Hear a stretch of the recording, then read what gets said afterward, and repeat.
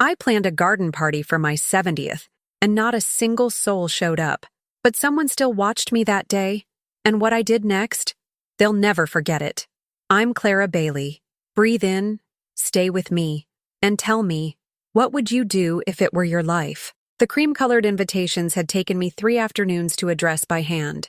Each envelope bore my careful cursive, the ink flowing in elegant loops across names I'd written thousands of times before. Rory and Delilah, Heather and Sean, little Katie and Anne. 27 invitations for my 70th birthday. A garden lunch I'd been planning since February, when the first crocuses pushed through the frost-hardened soil of my backyard. I'd measured the space between the cherry trees, calculated how many tables would fit beneath their spreading branches. I'd ordered white linens from the party rental company and spent weeks researching caterers, finally settling on Mrs. Kovac from down the street, who made those divine salmon canapes. The menu was printed on pearl cardstock: lavender shortbread, cucumber sandwiches, fresh strawberry tarts, and my grandmother's famous lemon cake. The recipe that had been passed down through 4 generations of women who understood that food was love made visible. For 2 months, I watered those cherry trees extra carefully, pruning dead branches and spreading fresh mulch around their roots. I wanted everything perfect. 70 years deserved celebration, didn't they? 7 decades of breathing, of raising children, of building a life worth commemorating. The RSVP deadline came and went. My phone stayed silent. I told myself people were busy. Modern families, modern schedules. I checked my mailbox twice daily, hoping for responses that never came. When I called Rory, my eldest, my firstborn, the child who used to run to me with scraped knees and broken toys, it went straight to voicemail. "Hi, honey. Just wondering about Saturday. The caterer needs a final count by Thursday. Call me back?" He didn't. Delilah, my daughter-in-law of 15 years, usually picked up on the second ring. This time, her number seemed to have developed a peculiar habit of going busy every time I dialed. Heather, my daughter, was traveling for work, according to her assistant. My sister Deborah was feeling under the weather when I finally reached her after 4 attempts. By Friday evening, as I sat in my kitchen staring at Mrs. Kovac's invoice and the growing pile of unopened mail, a familiar weight settled in my chest.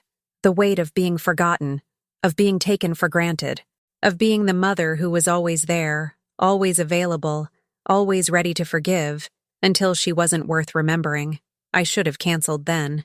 Should have called Mrs. Kovac and the rental company, apologized for the short notice, written it off as a misunderstanding. Instead, I woke up Saturday morning at 6:30, as I had every day for the past 43 years, and began setting tables under the cherry trees.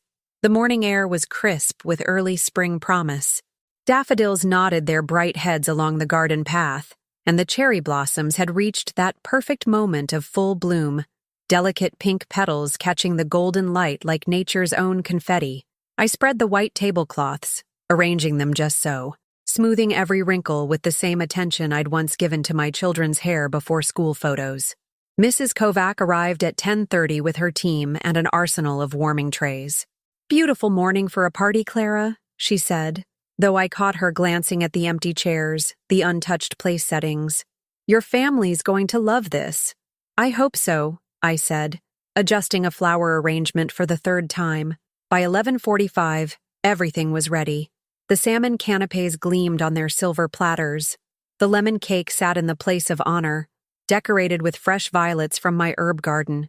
Champagne bottles chilled in ice buckets that caught the dappled sunlight. I'd even strung fairy lights through the branches, though they weren't strictly necessary in daylight. I'd wanted magic, the kind of afternoon that would live in memory long after the last guest had gone home. At noon, I stood in the center of my transformed garden, wearing the lavender dress I'd bought specifically for this day. The silk felt foreign against my skin. I'd grown accustomed to practical cottons and comfortable cardigans, but this was supposed to be special. I was supposed to feel special. 12:15, 12:30, 12:45. At 1 o'clock, my phone buzzed with a text message from Rory. "Sorry, Mom. All the family are busy today. Maybe we can do something next weekend instead." I read it 3 times before the words arranged themselves into meaning. Busy. All of them. On my 70th birthday. After 2 months of planning, After the invitations, after the catering deposit and the dress and the fairy lights that suddenly seemed foolish, twinkling in the afternoon sun, I set the phone down carefully on the nearest table and looked around at my beautiful, empty garden party. Mrs. Kovac and her team were packing up in diplomatically hushed tones, sneaking glances at me when they thought I wasn't looking. The champagne had gone warm. The salmon canapes would have to be thrown away. Food safety, you understand. The silence stretched between the cherry trees, broken only by the distant sound of children playing in a neighbor's yard and the soft rustle of petals beginning their inevitable fall to earth. That's when I noticed the manila envelope tucked under my back doormat. No return address. No postmark. Just my name written in block letters across the front. Mrs. Clara Bailey. Inside, 8 photographs printed on glossy paper, the kind you get from those instant photo booths at drugstores. But these weren't drugstore snapshots. These were professional, taken with a long lens from a distance that suggested surveillance rather than celebration. Rory and Delilah lounging by an infinity pool. Delilah's mother, Ella, raising a champagne flute in a toast. Rory signing something at what looked like a hotel reception desk. A close-up of his hand holding a credit card. My credit card. The one I'd added him to years ago for emergencies. The final photo showed a hotel bill, itemized and clear. Ocean View Resort and Spa, premium suite, 3 nights, $3,147.50. My hands didn't shake as I studied each image. That surprised me. I'd expected rage, tears, the kind of emotional collapse that seemed appropriate for such a moment. Instead, I felt something cooler, more precise. Like the moment when you finally understand a puzzle that's been frustrating you for hours. They weren't busy. They were together. All of them, from the looks of it. Rory, Delilah, Ella, probably the grandchildren too, though they weren't visible in these particular shots. They were having their own celebration, funded by my credit card, while I stood alone in my beautiful garden surrounded by cooling canapes and unopened champagne. The anonymous photographer had been thorough. There was Rory helping Ella from the pool, Delilah and her mother sharing what looked like a spa treatment, a group dinner at what was clearly an expensive restaurant, 3 days and 3 nights of luxury, while I'd been checking my mailbox for RSVPs that would never come. I walked back to my abandoned party and sat down in the chair I'd designated as mine, the one with the best view of the cherry trees. The photos spread across the white tablecloth looked obscene against the careful beauty I'd tried to create. Evidence of a different kind of celebration, one where I was not merely uninvited, but actively excluded. For 20 minutes, I sat there among the fairy lights and wilting flowers, letting the full weight of it settle into my bones. Not just the betrayal. I could have survived betrayal, but the calculation, the planning, the cruelty of making me wait, making me hope, making me set tables for people who were already somewhere else entirely. When I finally stood up, the sun had shifted, throwing longer shadows across the garden. The cherry blossoms were falling more steadily now, carpeting the ground in pink and white. By tomorrow, the wind would have scattered them completely. I gathered the photographs into a neat stack and walked into my house, leaving the party debris for later. There would be time to clean up, time to return the rental tables and explain to Mrs. Kovac why no one had touched her beautiful food. But first, I had phone calls to make. The credit card company was surprisingly accommodating when I explained that my card had been used without my permission. "We'll freeze the account immediately, Mrs. Bailey, and investigate these charges. You'll need to file a police report for the fraudulent activity." "Oh, I don't think that will be necessary," I said, my voice steady as steel. "I just want the card canceled, and I'd like to close our joint checking account as well. First thing Monday morning." After that, I called Sean Morrison, the lawyer who'd handled my divorce 30 years ago. Still practicing, still sharp as a blade, according to his secretary. "Mrs. Bailey? Sean would be delighted to see you again. How's Tuesday at 10? "Perfect," I said. As evening fell, I finally dealt with the party remains. I boxed up the untouched lemon cake and took it to the Hendersons next door. They had 3 teenagers who would devour it with appropriate appreciation. The flowers I gathered into a massive bouquet for my own kitchen table. The champagne went into my refrigerator. Waste not, want not, as my mother used to say. But the fairy lights, those foolish, hopeful fairy lights, I left hanging in the cherry trees, let them twinkle through the night, a reminder of what I'd almost been willing to settle for. Tomorrow, in daylight, I'd take them down and pack them away. Tonight, they could bear witness to the end of one version of Clara Bailey and the beginning of another. I poured myself a glass of the champagne that should have been shared with family and stood at my kitchen window, looking out at my illuminated garden. Somewhere, hundreds of miles away, my son was probably settling into his luxury suite, my credit card safely tucked in his wallet, confident that his mother would forgive and forget as she always had before. But Rory had made one crucial miscalculation. He'd assumed I would remain the same woman who'd raised him, the one who'd always been there with bandages for scraped knees and excuses for bad behavior. He was about to discover just how wrong he was. Tuesday morning arrived wrapped in the kind of spring rain that makes everything look fresh and possible. I dressed carefully for my appointment with Sean Morrison. White blazer, pearl earrings, the kind of understated elegance that commanded respect in legal offices. The woman in my bathroom mirror looked composed, determined. She bore little resemblance to the one who'd stood alone among cherry blossoms just 3 days ago. Sean's office hadn't changed much in 30 years. Same mahogany desk, same wall of leather-bound law books, same penetrating gray eyes that had helped me navigate my divorce from Rodney when Rory was barely 15. He'd aged well, silver-haired now, but still sharp. Still the kind of lawyer who remembered every detail and forgot nothing. "Clara Bailey," he said, rising from behind his desk with genuine warmth. "You look wonderful, though I suspect this isn't a social call." "No," I said, settling into the familiar leather chair across from him. "It's not." I laid out the photographs on his desk like evidence in a trial, which, in a way, they were. Sean studied each one carefully, his expression growing more serious as the implications became clear. When I finished explaining the birthday party, the credit card, the joint accounts, he leaned back in his chair and steepled his fingers. "Technically, if he's an authorized user on your credit card, it's not fraud in the legal sense," he said carefully. "But the timing, the deception, that's something else entirely. I'm not interested in pressing charges," I said. "I want something more permanent. Tell me what you're thinking. I want to sell the house." The words hung in the air between us like a declaration of war.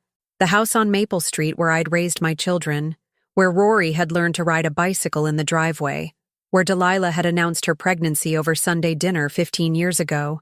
The house that had been my anchor and, I was beginning to realize, my prison.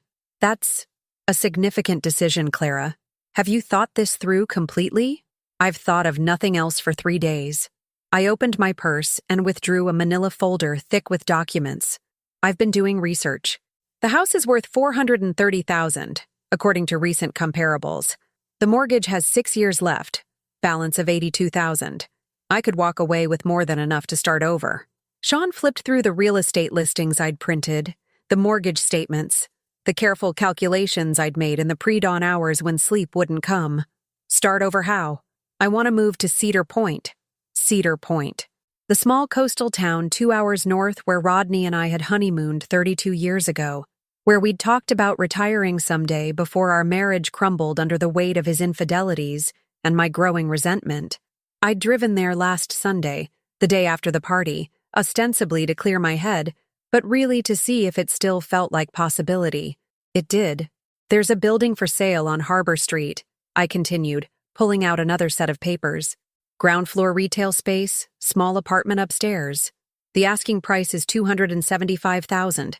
I could buy it outright and have money left over to renovate. And do what with it? Open a bookshop, with a coffee garden in the back." The words came out steady, sure, as if I'd been planning this for years instead of days. I've always wanted to do that, always talked about it. After the children were grown, after Rodney and I divorced, after retirement, there was always going to be an after. Well, I'm 70 years old. If not now, when? Sean was quiet for a long moment, studying my face with the same intensity he'd once reserved for cross-examinations. "And your family? What about them? Clara, you're talking about uprooting your entire life because of one incident." "One incident?" The words came out sharper than I'd intended. I took a breath, composed myself. "Sean, Let me tell you about incidents. Last Christmas, when I cooked for 12 people and Delilah complained about the turkey being dry. Rory's 40th birthday, when I planned a surprise party and he showed up 3 hours late because he'd forgotten. The grandchildren's school plays that I attend alone because their parents are too busy. The Sunday dinners where I cook and clean while they sit in my living room complaining about their jobs, their mortgages, their lives, never once asking about mine. My voice had risen despite my efforts to stay calm. Sean waited, letting me finish. This wasn't one incident. This was the moment I finally saw the pattern clearly. I am not their mother anymore, Sean. I'm their convenience, their ATM, their unpaid domestic help, and I'm done with it. Have you spoken to Rory since you received the photographs? No, and I don't intend to until I'm ready. Clara, he's going to find out about the account soon enough. When that credit card gets declined, let it. Let him explain to his wife and her mother why their luxury vacation just got interrupted. Let him scramble to pay that hotel bill. Let him wonder, for once in his adult life, what he did wrong. The rain had stopped while we talked, and weak sunlight filtered through Sean's office windows. Somewhere in the distance, I could hear the sound of construction, the city constantly rebuilding itself, constantly becoming something new. I need you to handle the house sale, I said, quietly, efficiently. I want to be moved out before Rory realizes what's happening. That's aggressive timeline-wise. These things usually take months. Then we'll make it happen faster. Cash offers, quick closing. I'm not attached to getting top dollar. I'm attached to getting free. Sean made notes on a legal pad, his pen scratching across the paper with mechanical precision. What about your belongings? 40 years of accumulation? I'll take what matters. The rest can be donated or thrown away. Things are just things, Sean. I've spent too many years being a curator of other people's memories. After another hour of practical details, power of attorney documents, real estate agent recommendations, timeline projections, I left Sean's office feeling lighter than I had in years. The sky had cleared completely, and Harbor City sparkled in the afternoon sun like a place where anything might be possible. My next stop was the bank. Deborah Chen, my account manager for the past decade, looked genuinely distressed as she processed my requests. Mrs. Bailey, are you certain about closing the joint checking account? This seems very sudden. I'm certain. I watched as she typed rapidly, her screen reflecting numbers and balances that represented 30 years of careful saving. And I'd like to open a new account, just in my name. Transfer everything from savings as well. That's quite a substantial amount. Wouldn't you prefer to discuss this with your family first? Deborah, whose name is on these accounts? Well, yours, primarily, but then we don't need to discuss it with anyone else. She processed the transactions with obvious reluctance, printing receipt after receipt that documented the systematic dismantling of the financial architecture that had supported my family for decades. Rory's automatic transfers for his mortgage payments, Delilah's access to the household account for emergencies, the credit cards I'd opened to help them build credit. All of it, gone with a few keystrokes and signatures. Is there anything else I can help you with today? Deborah asked, her voice carefully neutral. Actually, yes. I'd like information about wire transfers. International ones. Her eyebrows rose slightly. International? I'm considering some investments. Overseas. I'll need to move money quickly when the time comes. It wasn't entirely a lie. I was investing in myself, in my future, in the possibility that a 70-year-old woman could reinvent her life from scratch. The international part was creative embellishment, designed to create confusion should anyone come asking questions later. By the time I left the bank, the afternoon was aging toward evening. I drove home slowly, taking the long route past the elementary school where I'd volunteered for 15 years, past the community center where I'd organized charity drives and holiday parties, past the library where I'd served on the board until budget cuts made the position meaningless. This neighborhood, these familiar streets, they'd been my world for so long that I'd forgotten there were other worlds possible. Other versions of Clara Bailey who might exist somewhere beyond the carefully maintained lawn of 1247 Maple Street. My phone buzzed as I pulled into my driveway. A text from Heather. Mom, tried calling earlier. Delilah mentioned you seemed upset about something. Call me back? I stared at the message for a long moment, then deleted it without responding. Inside my house, I walked from room to room as if seeing it for the first time.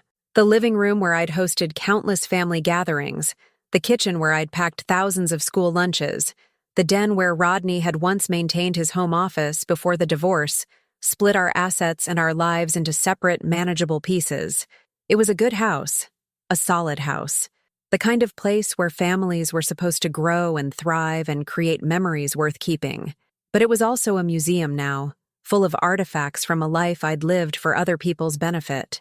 In my bedroom, I opened the closet and considered the clothes hanging there in careful rows.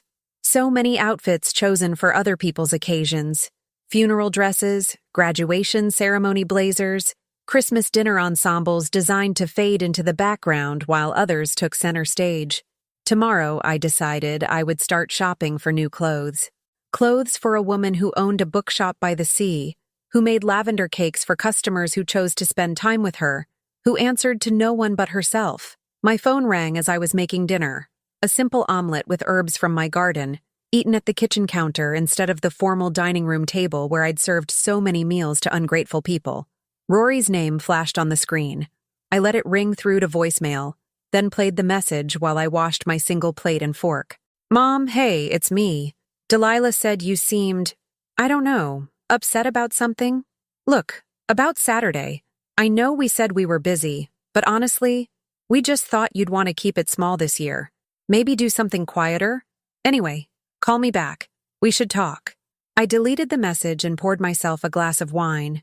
Good wine, expensive wine, the kind I usually saved for special occasions that never seemed to come. Outside my kitchen window, the fairy lights still twinkled in the cherry trees, though most of the blossoms had fallen now, creating a carpet of pink and white on the grass below. Soon, I'd need to take them down. Soon, I'd need to start packing. But tonight, I sat in my kitchen savoring wine and silence, planning the dismantling of one life and the careful construction of another. Rory wanted to talk. He would have plenty to say once he discovered what talking with me was going to cost him. The credit card company called on Thursday morning at precisely 9:15. I was in my garden, deadheading the last of the daffodils and mentally cataloging which plants I might transplant to Cedar Point, when my phone rang. "Mrs. Bailey? This is David from MasterCard Security. We've had several attempts to use your recently canceled card, and the cardholder is quite insistent that there's been some mistake. He says he's your son?" I sat back on my heels, garden shears still in my gloved hands. "That's correct. He is my son." "I see. Well, he's at the Ocean View Resort front desk right now, and they're requiring immediate payment for the outstanding balance. He's asking us to override the card cancellation. Should we?" "No. The card was canceled for fraudulent use. The charges should stand as reported." There was a pause. "Ma'am, I'm required to inform you that this could create legal complications if the cardholder disputes. Mr. David, my son used my credit card to fund a luxury vacation while deliberately avoiding my 70th birthday party. If he wants to dispute anything, he can hire his own lawyer." I ended the call and returned to my daffodils, but my hands were trembling slightly. Not from fear, from anticipation. Somewhere, 2 hours away, Rory was discovering that his mother's wallet was no longer his personal bank account. Delilah was probably standing beside him, her face red with embarrassment as hotel staff waited for payment that wasn't coming. Ella, Delilah's imperious mother who'd never liked me anyway, would be making sharp comments about family dysfunction and poor financial planning. The image should have brought me satisfaction. Instead, it brought clarity. My phone rang again 20 minutes later. Rory this time, calling from what I assumed was the hotel lobby. I let it go to voicemail, then another call, then another. By noon, I had 7 increasingly frantic messages. "Mom, there's something wrong with your credit card. Can you call the company? Mom, seriously, we're stuck here. The hotel won't let us check out until the bill is paid. What's going on? Mom, Delilah's crying. Her mother thinks we're some kind of deadbeats. Please, just call me back. Mom, I know you're there.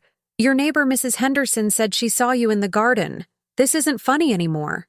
Mom, I had to borrow money from Delilah's brother to pay the hotel bill. $2,000. We're driving home now and we need to talk. Mom, what the hell is wrong with you? I'm your son. I shouldn't have to beg you to answer your phone. Mom, we're pulling into your driveway. You better have a good explanation for this. I watched through my front window as Rory's silver BMW turned into my driveway, noting the tight line of Delilah's shoulders in the passenger seat, the way Ella sat rigidly in the back, staring at my house as if it had personally offended her. Rory got out first, his movements sharp with anger and confusion. He was a handsome man still, my firstborn, with his father's dark hair and my green eyes. But there was something soft about him now, something that spoke of a life lived without real consequences. That was about to change. I met them at the front door before they could knock, standing in the doorway with my arms crossed. Rory looked haggard, his usually perfect hair disheveled, his polo shirt wrinkled from the long drive home. "Mom, what the hell?" "Language," I said calmly. "There are ladies present." Delilah pushed forward, her blonde highlights catching the afternoon sun. She'd always been pretty in that high-maintenance way that required constant attention and significant financial investment. "Clara, we need to talk. Inside. Now." "I don't think so."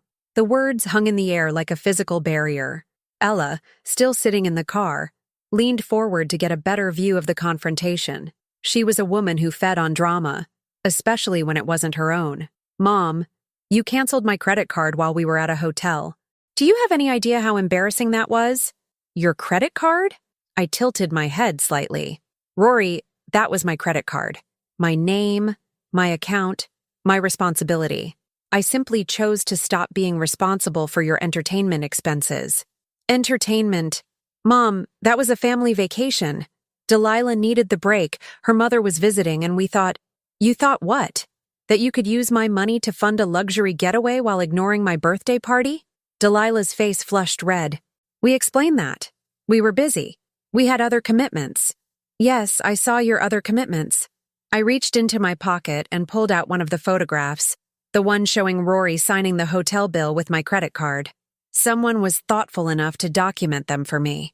Rory's face went white as he recognized the image. "Who? How did you get this? Does it matter? What matters is that I know exactly where you were and what you were doing while I sat alone in my garden on my 70th birthday." "Mom, we can explain." "No need." The photographs were quite explanatory. Ella finally emerged from the car, her 75-year-old frame moving with the kind of righteous indignation that came from a lifetime of getting her way. "Clara, this is ridiculous. Families have misunderstandings. You don't destroy relationships over a simple miscommunication." I looked at her steadily. "Ella, your daughter and son-in-law stole from me. That's not a miscommunication. That's theft." "Stole?" Delilah's voice went shrill. "We didn't steal anything. You gave Rory access to that card years ago. For emergencies. Was your spa weekend an emergency?" "That's not the point." "That's exactly the point." I stepped back into my house, beginning to close the door. "You've spent the last 15 years treating me like an ATM with a heartbeat. That ends now." Rory pushed forward, his hand on the doorframe. "Mom, you're being crazy. We're family. Family forgives each other. Family works things out." "You're right," I said. "Family does work things out. Family shows up for each other's birthday parties. Family doesn't lie about being busy while spending other people's money. Family treats each other with respect." "So what are you saying?" Delilah demanded. "You're cutting us off over one mistake? I'm saying I'm done being taken for granted. I'm done being the person you call when you need something and ignore when you don't. I'm done pretending that 30 years of this pattern is going to change because you got caught." "Mom, please." Rory's voice cracked slightly, and for a moment he sounded like the little boy who used to crawl into my bed during thunderstorms. "We messed up. We're sorry. Can't we fix this?" The question hung between us, weighted with 30 years of history.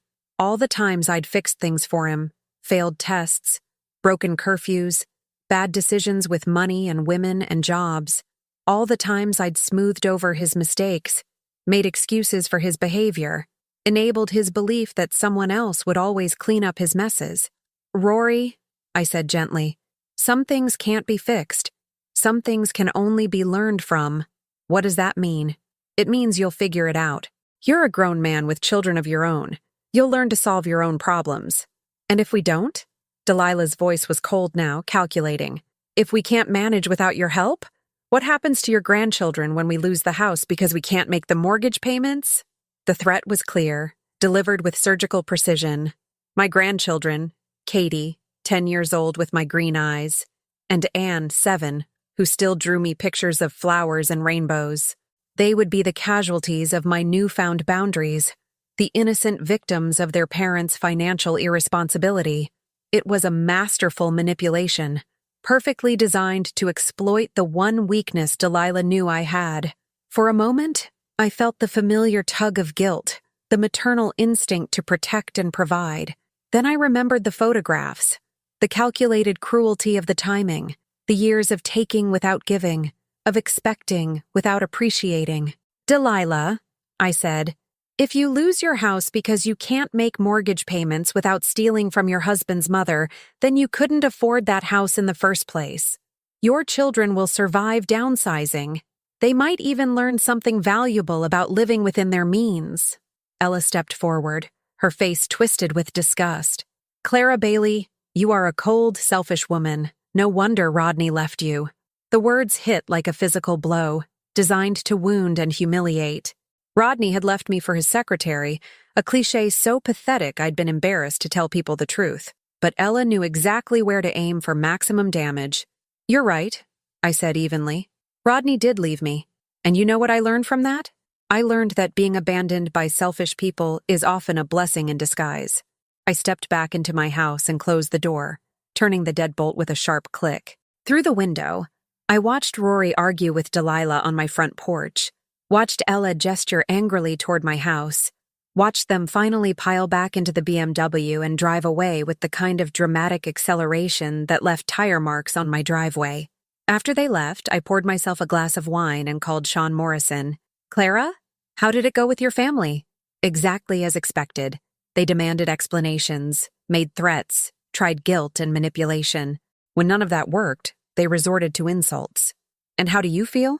I considered the question, taking inventory of my emotional state like checking vital signs after surgery. Lighter, I said finally, like I've been carrying a weight I didn't realize was there. Any second thoughts about the house sale? None whatsoever. In fact, I'd like to accelerate the timeline. Can we list it tomorrow? Clara, that's very fast. Are you certain you're not making this decision in anger? Sean, I'm not angry. Angry would be messy, emotional, impulsive. I'm strategic. There's a difference. That night, I began packing in earnest.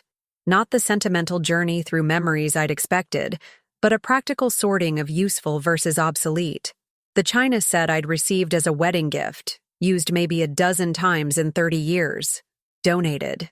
The photo albums full of family pictures where I was always behind the camera, never in the frame, boxed for storage. The expensive jewelry Rodney had given me during our marriage, when guilt still moved him to grand gestures, scheduled for appraisal and sale. By midnight, I'd filled 17 boxes with items to keep and made a list of everything else that would need to be dealt with before the move. The house felt different already, less like a home and more like a stopping point between one life and another. My phone buzzed with a text from Rory. Mom, we need to talk like adults. This is getting out of hand. I deleted the message without responding. Outside my bedroom window, the fairy lights still twinkled in the cherry trees, though I'd decided to take them down tomorrow. They belonged to the old Clara, the one who'd believed that effort and hope could transform people who didn't want to be transformed. The new Clara understood that some lights were meant to burn out. The house sold in 6 days. Not to the first buyer who came through, a young couple with twins who walked through every room making lists and measurements, clearly seeing it as their forever home.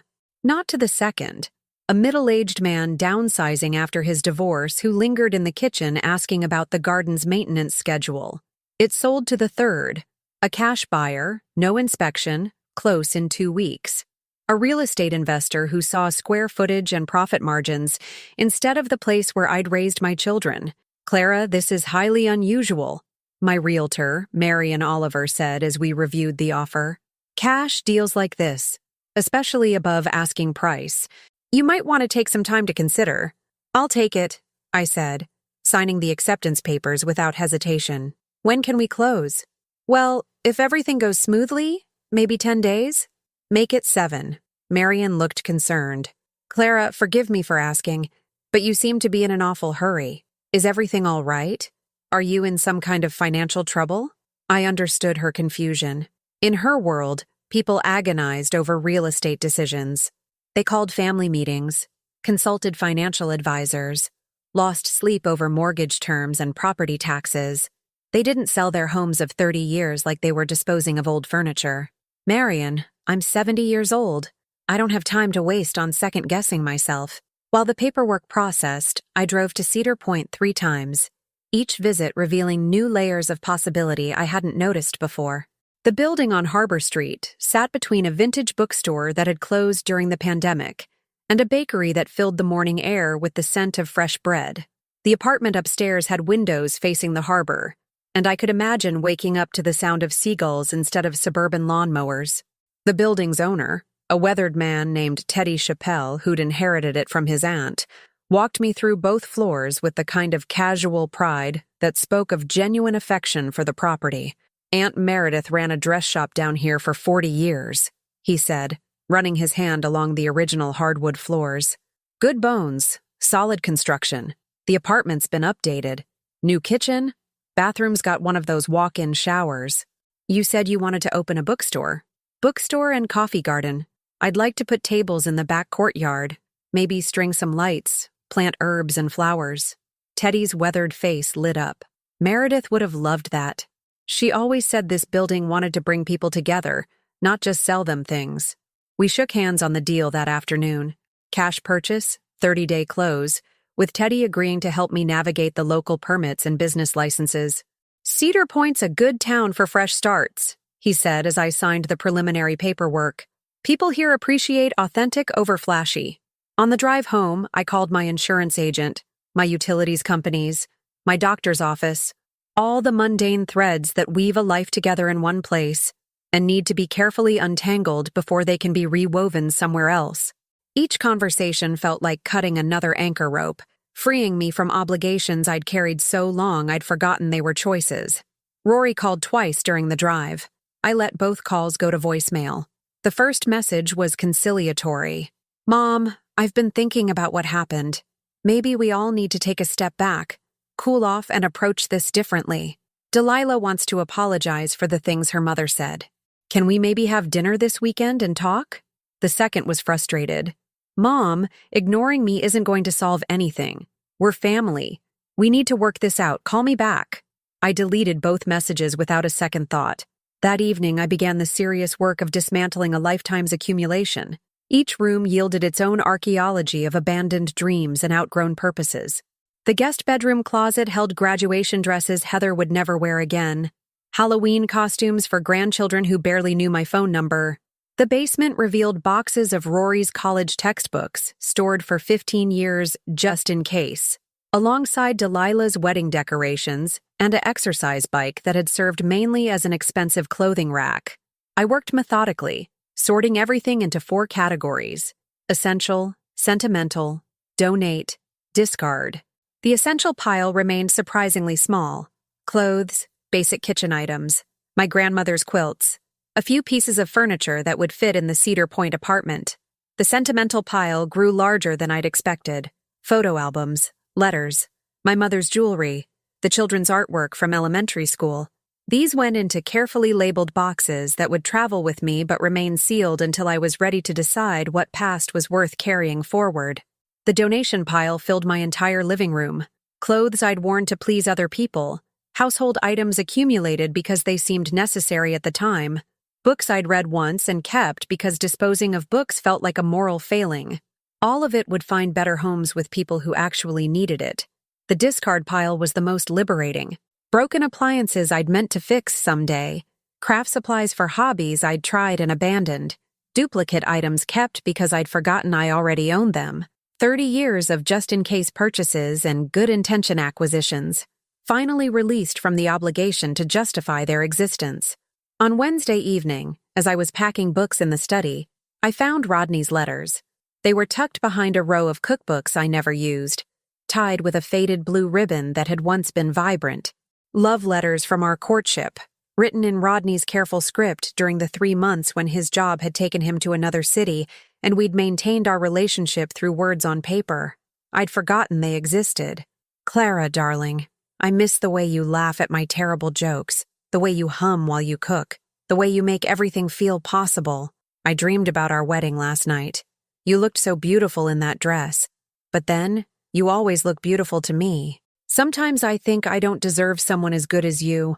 Promise me you'll never let me take you for granted. I sat on my study floor, surrounded by boxes and packing paper, reading promises written by a young man who'd loved me completely for exactly 18 months. After that, complacency had set in, then boredom, then the inevitable wandering that had ended our marriage and left me to raise Rory through his turbulent teenage years alone. The letters should have made me sad. Instead, they filled me with something like gratitude. I had been loved like that once, completely, desperately, with the kind of passion that inspired someone to put words on paper and mail them across state lines. The fact that it hadn't lasted didn't diminish its reality. I tied the letters back up with their faded ribbon and placed them in the sentimental box. Not because I wanted to remember Rodney, but because I wanted to remember that version of myself, the young woman who'd believed she deserved that kind of love and had been right. Thursday brought the moving company estimates and the first real panic I'd felt since this whole process began. 3 different companies, 3 different assessments of what it would cost to transport my chosen possessions to Cedar Point. The numbers were reasonable, but something about watching strangers evaluate my life in terms of cubic feet and insurance liability made the magnitude of my decision suddenly real. I was leaving. Actually, leaving. In less than 2 weeks, I would wake up in a different place, surrounded by different walls, responsible to no one but myself for the shape my days would take. The panic lasted exactly 20 minutes, long enough for me to make a cup of tea and call Sean Morrison's office. Clara? How's the packing going? Sean, I need you to draft something for me. A letter to my family, something that makes my position absolutely clear. What kind of letter? The kind that explains I'm not coming back. The kind that tells them where I'll be, but makes it clear they're not invited to visit until they can treat me with respect. The kind that establishes boundaries so firm, they'll take a chisel to break through them. There was a pause. Clara, are you certain this is how you want to handle this? Once words like that are put on paper, they're difficult to take back. I don't want to take them back. I want them to be permanent. All right. I'll draft something and send it over for your review. But Clara, think carefully about the tone. There's a difference between being firm and being cruel. I'm not interested in being cruel, Sean, but I'm done being kind to people who mistake kindness for weakness. That night, I removed the fairy lights from the cherry trees. They came down easily, the tiny bulbs dim and cool in my hands. The trees looked smaller without them, more ordinary, like they were settling back into being simple trees instead of magical thinking made manifest. I coiled the lights carefully and packed them in a box labeled Cedar Point Garden. They would hang somewhere else now, illuminate different conversations, cast their gentle glow on people who chose to be there, rather than people who felt obligated to show up. As I worked, Mrs. Henderson appeared at the fence between our properties.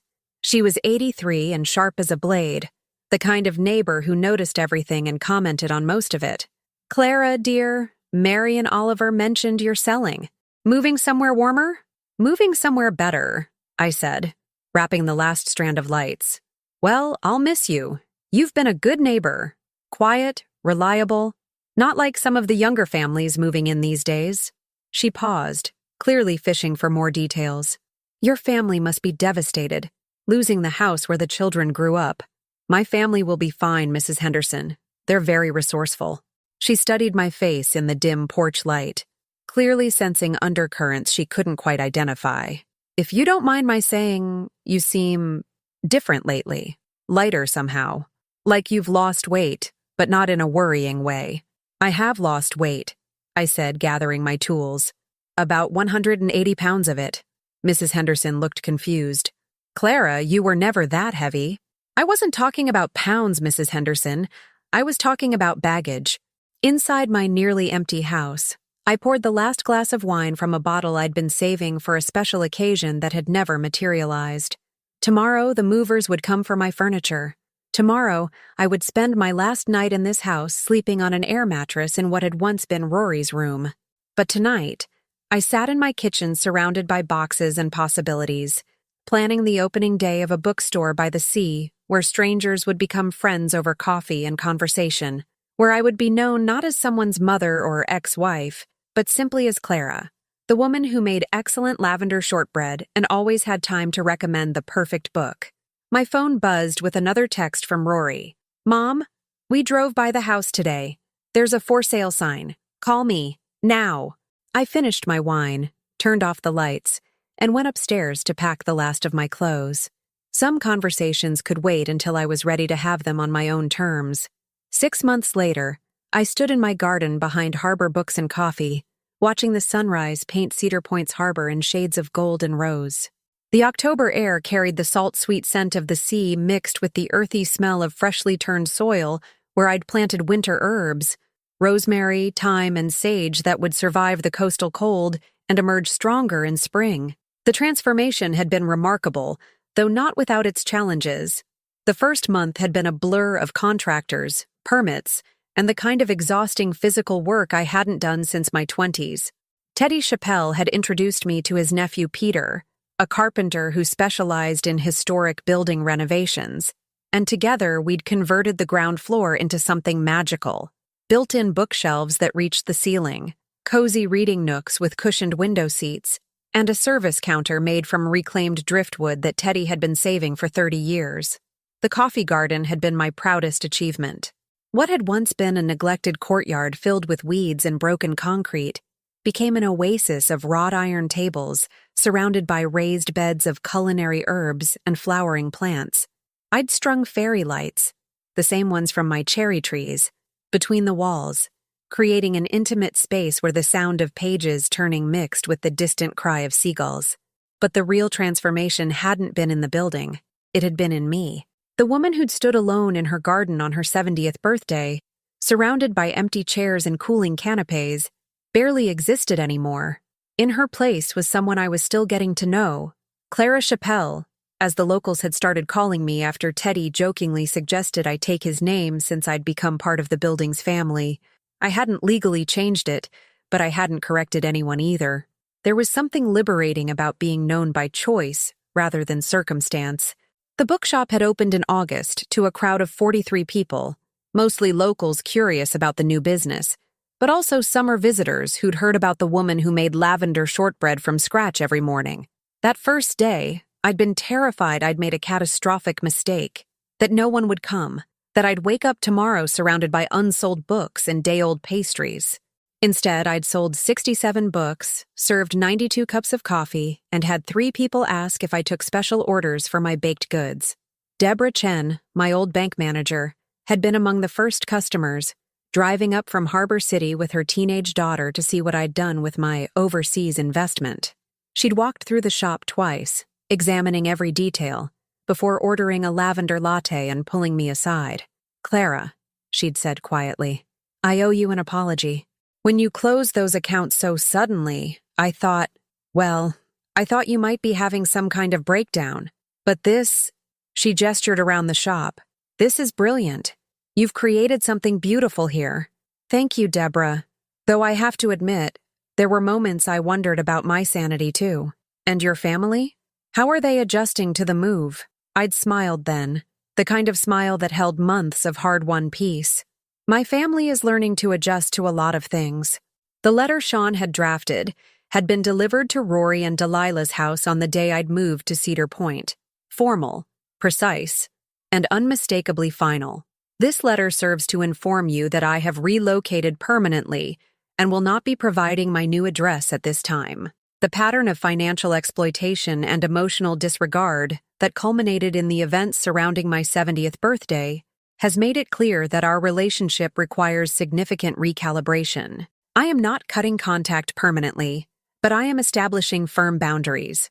Any future relationship will be based on mutual respect, which includes no requests for financial assistance, no assumptions about my availability for childcare or household help, and no contact that begins with demands rather than genuine interest in my well-being. When you are ready to engage with me as an adult child, rather than as someone entitled to my resources and accommodation, you may contact Sean Morrison's office to arrange a meeting.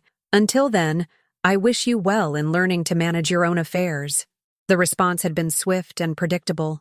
Angry phone calls to Sean's office, attempts to hire a private investigator, which Sean had quietly discouraged through legal channels. Delilah had even called my sister Deborah, trying to extract information about my whereabouts by claiming I was having a mental health crisis. Deborah, bless her, had simply said, "Clara seemed perfectly sane when I spoke to her last. Perhaps you should ask yourself why your mother felt the need to disappear." For 4 months, there had been silence. No attempts to reach me through intermediaries, no surprise visits, no emergency phone calls about the grandchildren. Either they'd accepted my boundaries, or they'd decided I wasn't worth the effort required to respect them. Then, on a Tuesday morning in September, as I was arranging a display of new mystery novels, I'd looked up to see Rory standing in my doorway. He looked older, I'd noticed immediately. Thinner, with lines around his eyes that hadn't been there 6 months ago. His clothes were clean but wrinkled, as if he'd slept in his car, and he carried himself with the careful posture of someone who'd recently learned that the world was less forgiving than he'd assumed. "Hello, Mom." I'd continued arranging books, letting the silence stretch between us while other customers browsed nearby. Finally, I'd looked up. "Rory, how did you find me?" "It took a while, but Cedar Point isn't that big, and there's only one Clara running a bookshop. What do you want?" The bluntness of the question seemed to catch him off guard. The old Rory would have launched into explanations, justifications, the kind of verbal dance that had always preceded his requests for help. This Rory just stood there looking lost. "I wanted to see you, to talk to you." "About what?" "About everything, about how wrong we were, about how sorry I am." I'd studied his face, looking for the calculation I'd grown so used to seeing there. Instead, I found something that looked like genuine remorse mixed with exhaustion. "Are you here because you miss me, or because you need something?" "I miss you," he'd said, and his voice had cracked slightly. "I miss having a mother." The words had hit harder than I'd expected. For a moment, I'd felt the familiar tug of maternal instinct, the desire to smooth over his distress and make everything comfortable again. Then I'd remembered the photographs, the empty garden party, the years of taking without giving. "You had a mother," I'd said quietly. "You chose to treat her like an ATM."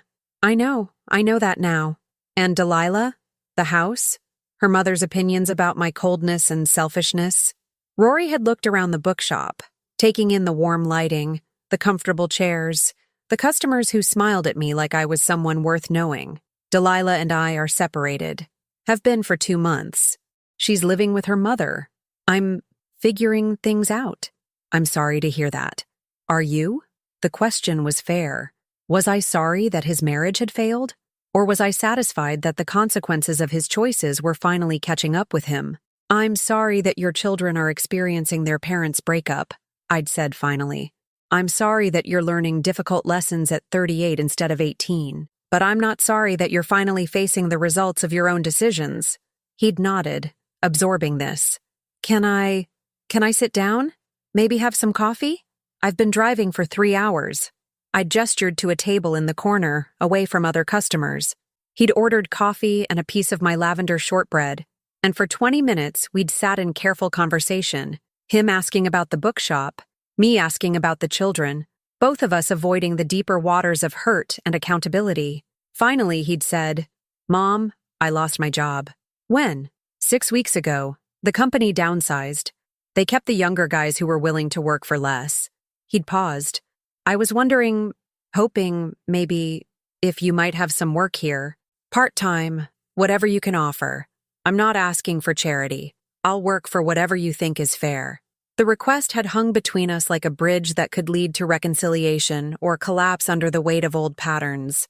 I'd looked at my son, really looked at him, and seen not the entitled man-child who'd spent my credit card on luxury vacations, but someone who'd been humbled by circumstances and was asking for help without demanding it. "I do need someone to help with the heavier work," I'd said slowly. "Moving book shipments, maintaining the garden, some basic carpentry repairs. The pay would be $15 an hour, 20 hours a week. Cash, no benefits. That's more than fair. There would be conditions. Of course. You work the hours I assign, not when it's convenient for you. You treat my customers with respect. You don't discuss our family business with anyone, especially not in front of customers. And most importantly, this is a job, not a reconciliation.